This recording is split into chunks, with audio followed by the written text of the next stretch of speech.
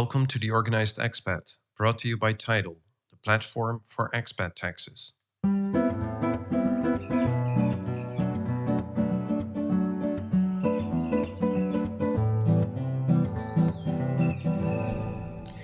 Hi everyone, welcome back to the show. And we're still in Italy, or again in Italy. We already made a few podcasts about Italy.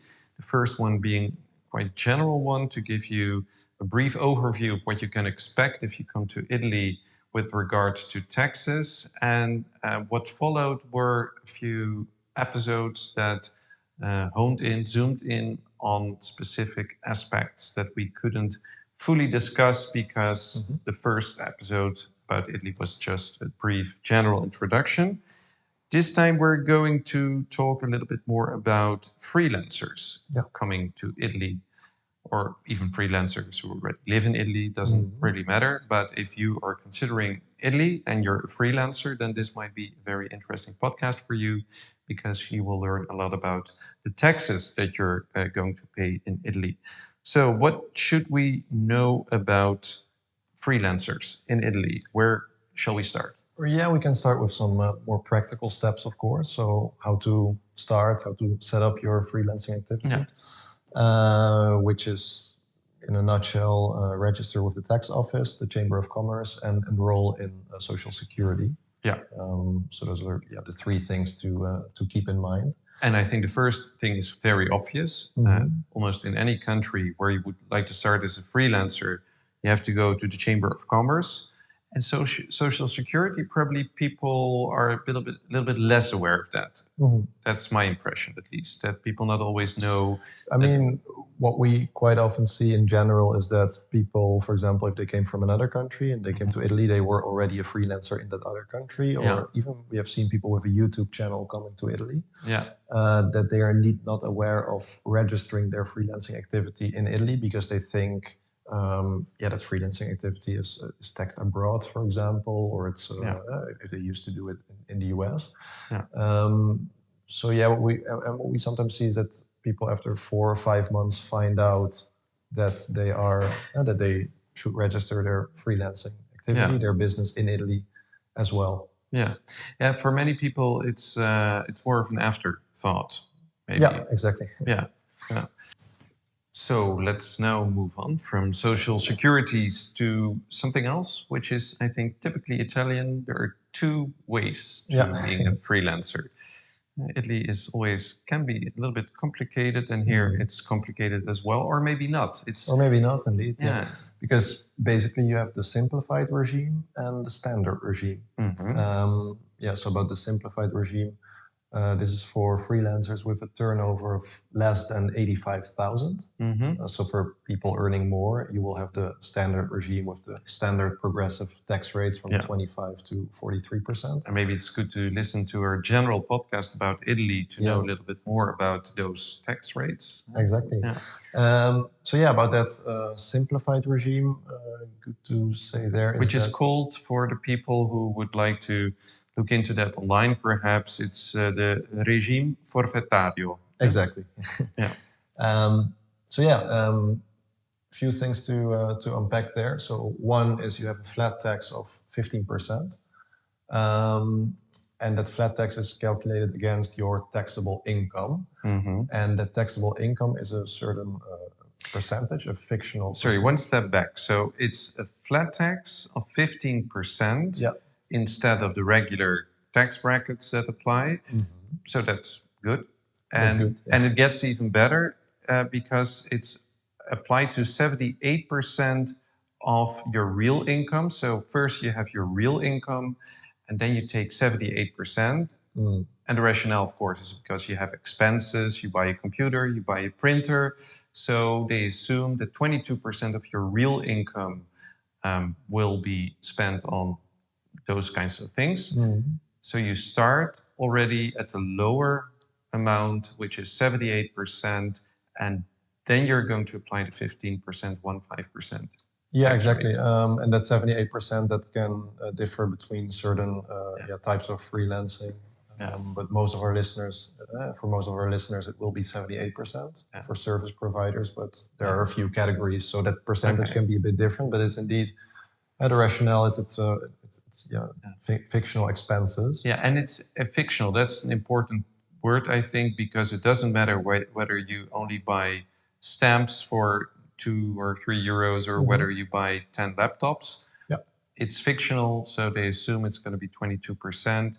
If it's more than that, then you're out of luck. If it's less, then it's just your profit, so to speak. Exactly. Yeah. So if you're looking at, let's say, freelancer earning around 50,000, you first take 78% of 50,000. So that will be a bit less than 40, around 39K, which is then your taxable income. And then you pay 15% tax over that taxable income, which will be around 6,000 euros. It's not as attractive because you still need to pay social securities, of course. And for freelancers, those social security contributions are higher than for employees. So they're typically around 26%. Yeah. So in that example that I gave, 26% over the 39 to 40,000 euros is a bit more than 10,000. So your net pay, your take-home pay in this example, is around 33,000 euros when your turnover is 50K. Yeah. So if this calculation went a little bit too quickly for you, and it's most important is that you will take home around 33,000 euros, exactly, making 50,000. Yeah. Yeah. Which is effective tax rate of 34. Yeah, 34% indeed. Yeah.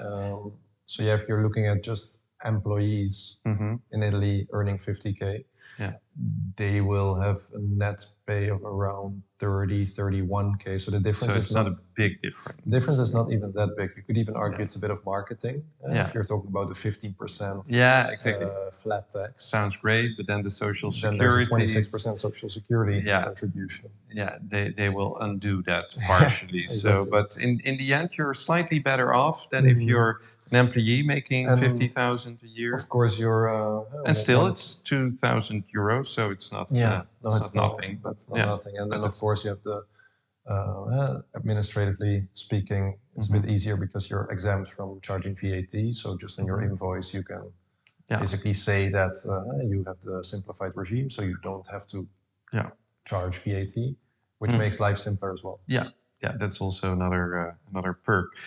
And there's also something about 5% if you're just starting. Yeah, exactly. So with 5%, it's hard to still call it marketing. With 5% flat tax rate, but it's basically the same concept. You mean then it's really something? I mean then it's really something tangible. Yeah, that's tangible.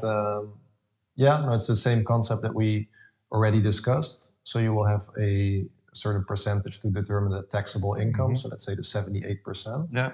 And then after that, it's a 5% flat tax. But it's indeed important that you're a starter. Yeah. So that means that you have not done any business before. Actually, in the last 3 years, that's the law fiction.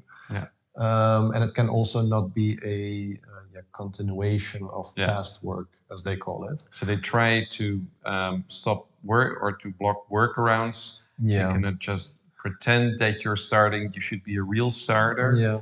And there are real requirements to see if you're a real starter. Exactly. And one exception is if you were an intern, for example. I mean, there are some minor exceptions, but it's indeed the 5% is just for people who actually start, so for newcomers. Yeah. And that's then for 5 years, you get that 5% benefit. And afterwards, it's 15% again. Okay. Yeah. And then for that 15% flat tax, there is no duration to that. It's just you're going to look every year, do you qualify for the simplified regime, yes or no? Yeah. So the 5%, that's 5 years max. Yeah. And after that, it's either 15% or the standard regime. Depends but on your I would say that as a freelancer, Italy is a relatively attractive country and maybe a super attractive country when you're starting freelancer.